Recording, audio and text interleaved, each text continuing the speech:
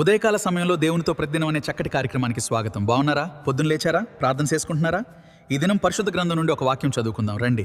నిర్గమకాండము 23:25 వచనం. నీ దేవుడైన యెహోవానే సేవింపవలెను, అప్పుడు ఆయన నీ ఆహారమును నీ పానమును దీవించును, నేను నీ మధ్య నుండి రోగము తొలగించెదను. ఇక్కడ దేవుడు మనకు ఒక స్పష్టమైన ఆజ్ఞ ఇస్తున్నాడు. మనం ఇతర వాటిని కాదు, ఆయననే సేవించాలి. మన హృదయం, మనస్సు, జీవితం మొత్తం దేవునికి అంకితం కావాలి. విగ్రహాలు, లోక విషయాలు స్వార్థం కాకుండా దేవుని చిత్తాన్ని అనుసరించాలి.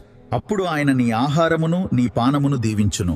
దేవుని సేవించే వారికి ఆయన ఆశీర్వాదం ఉంటుంది. మన ఆహారం, నీరు అంటే మన జీవనావసరాలు దేవుని కృపతో సమృద్ధిగా ఉంటాయి. మన జీవితంలో కొరత కాకుండా శాంతి మరియు సంతృప్తి ఉంటుంది. నేను నీ మధ్య నుండి రోగము తొలగించదను. ఇది ఒక శక్తివంతమైన వాగ్దానం. దేవుడు మనకు ఆరోగ్యం ఇవ్వగలడు. శారీరకంగా మాత్రమే కాదు, మనసు మరియు ఆత్మలోనూ స్వస్థతిస్తాడు. ఆయన రక్షణలో జీవించినప్పుడు భయంకరమైన రోగాలు కూడా దూరం అవుతాయి. ఈ వాక్యం మనకు 3 ముఖ్యమైన విషయాలు నేర్పుతుంది. 1 దేవుని సేవించడం, 2 ఆశీర్వాదం, 3 ఆరోగ్యం. మనం దేవునితో నిజమైన సంబంధం కలిగి ఉంటే ఆయన మన జీవితం మొత్తాన్ని కాపాడుతాడు. ప్రార్థన చేసుకుందాం. తండ్రి, ఈ ఉదయకాలం ఎంతమంది బిడ్డలు ఈ వాగ్దానం విన్నారో, రక్షణ లేని వారికి రక్షణ, పాపక్షమాపణ, రోగులకు స్వస్థత అయ్యా, వ్యాధులు, అప్పులు, కోర్టు కేసులు, భూ సంబంధమైన బంధకాలు, ఎందరు ఏ బాధల్లో ఉన్నారో విడుదలనివ్వండి అయ్యా. ఎంత వేదంతో వేధింపబడ్డారో వారి నిట్టూర్పును బట్టి నిన్ను నీవు గొప్ప చేసుకో. ఏ దేశంలో ఉన్న వారి పట్ల అద్భుతం కనపరచండి. ఎంతమంది బిడ్డలు ఈ ప్రార్థనలో ఏకీభవిస్తున్నారో వారి కష్టాలను పోగొట్టండి, అద్భుత కార్యములు జరిపించండి.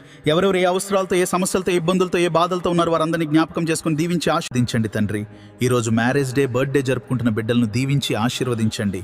నీకే మహిమ, ఘనత, ప్రభావములు చెల్లిస్తున్నాం తండ్రి. ఆమెన్. మీకు గనుక ఈ సందేశం నచ్చినట్లయితే shalom printers YouTube channel subscribe చేసుకోండి, లైక్ చేయండి, మీ ఫ్రెండ్స్కు, మీ ఆత్మీయులకు షేర్ చేయండి. God bless you.